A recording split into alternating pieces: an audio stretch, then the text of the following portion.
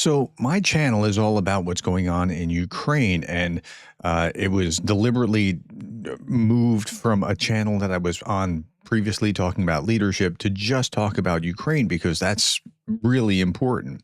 But there are other issues that don't look like they're directly related to Ukraine, but actually are. So, for example, the tariffs that are affecting the economy worldwide that are pushed by Trump and unilaterally by Trump.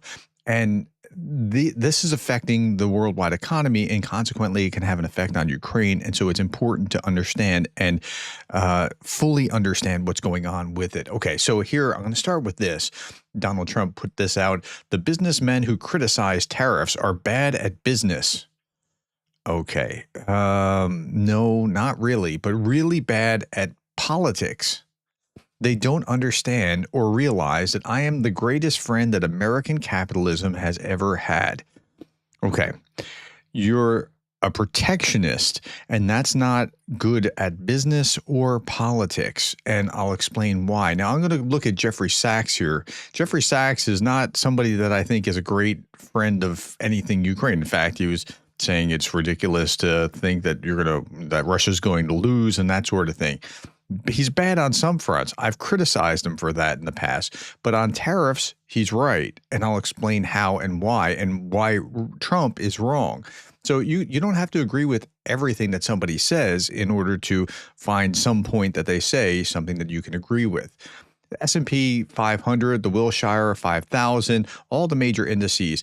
Now, this is January 21st. This is Trump took office on January 20th, right? And this is what's happened to the market ever since. This is the Wilshire 5000. It's a mirror of the U.S. markets. This is the point on April 2nd where he declared tariffs. I'll enlarge this so that you can see it. This is the point where he declared Liberation Day, and then this is the point at the bottom where it sharply rose, where he said, "You know what? Let's suspend those tariffs." Okay, so with that as a backdrop, let's talk about the tariffs. The tariffs are not reciprocal. They're simply related to the deficit between trade between countries. So if the U.S. sends you $10 billion worth of stuff and you send the U.S. $100 billion worth of stuff, he thinks you're ripping the United States off by $90 billion. There's no such thing. That's not the way that this works. Now, Jeffrey Sachs is going to explain how this works here, and I think it's very well done. Let's listen. Trade deficit does not represent at all trade policies.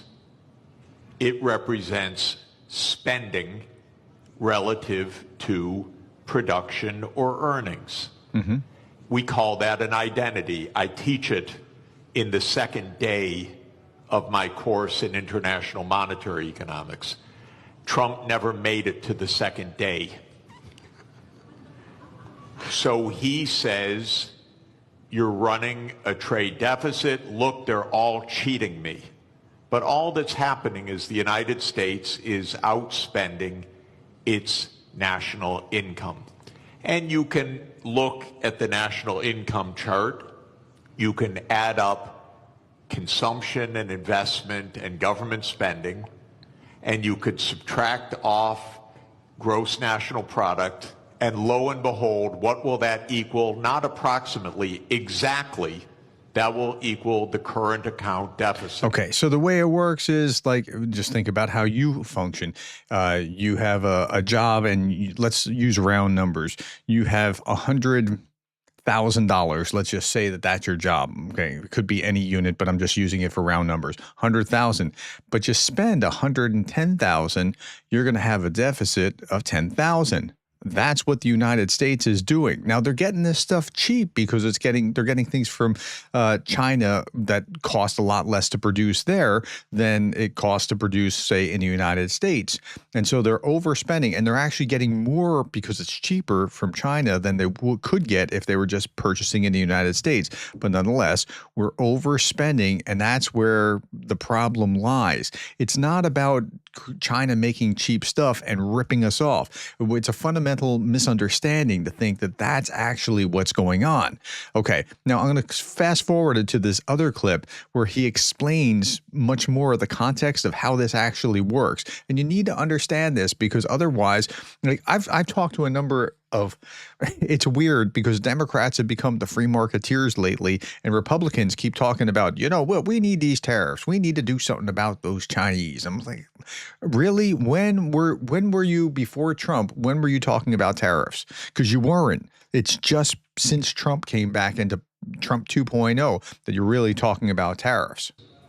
And that's more than our national income, which is about $30 trillion, and our spending is about $31 trillion. And that's our trade deficit. And for that, Donald Trump blames the world. So it's not reciprocal tariffs that he's worried about. It's not that you're giving these tariffs and we're giving those tariffs. It's not that. The tariff rate is actually quite low before Trump, right? It's really this difference here, and he's blaming them for ripping us off because he fundamentally misunderstands how this is working. I don't know who's advising him about this. I mean, he doesn't claim to be, Trump, doesn't claim to be an economist, so he's seeing it through a zero-sum kind of filter. Okay, I fail him for this if he were my student. He's my president. It's a little weirder.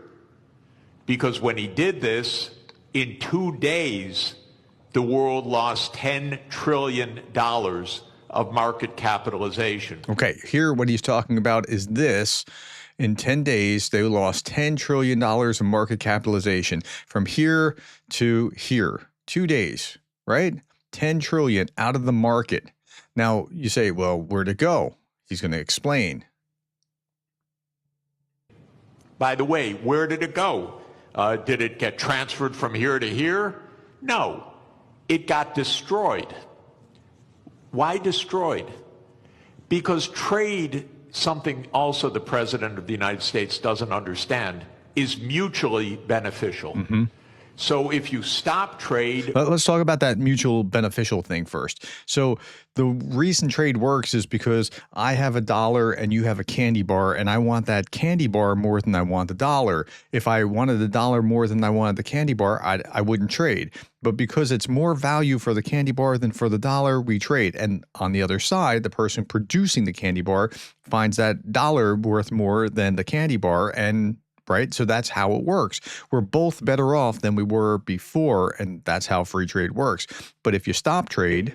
everybody loses. It's not that one side wins, the other side loses. He cannot understand that concept as a guy that traded real estate in New York.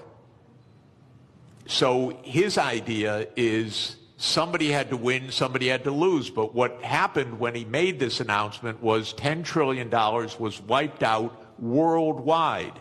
It's not that the U.S. went up and they went down. No, everybody went down because the whole world system is based on a division of labor, and he's breaking that division of labor into pieces. That's right. So it hurt everyone. These tariffs are destroying value. That's really what it is. It's like if you had a winning football team. Now, you can have American football or soccer, whatever the rest of the world calls football, which we call soccer.